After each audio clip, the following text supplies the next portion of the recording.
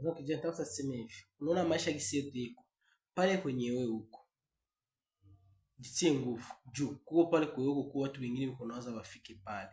Na huko nawaza ufike mbele na wale wanakutambuka useme asema wanakutambuka banaenda. Juu ni zile ni hatua za maisha.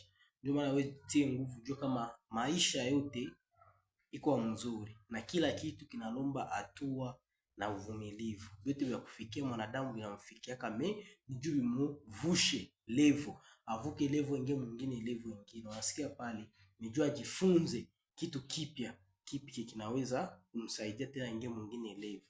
Kwa maana usiku mtu akata tamaa, usiku mtu akuzunika juu wengine wanapata au unakosa, hapana. Juu wengine viko hivi, hapana. Wewe angalia maisha yako. Kuwa focus na napenda nifike fast fulani, napenda nipate hiki. Ndio kiufuatilie. Ni vya vingine TV. Ndio maisha yangu sitaenda kuwa bomba. Mungu abariki tena.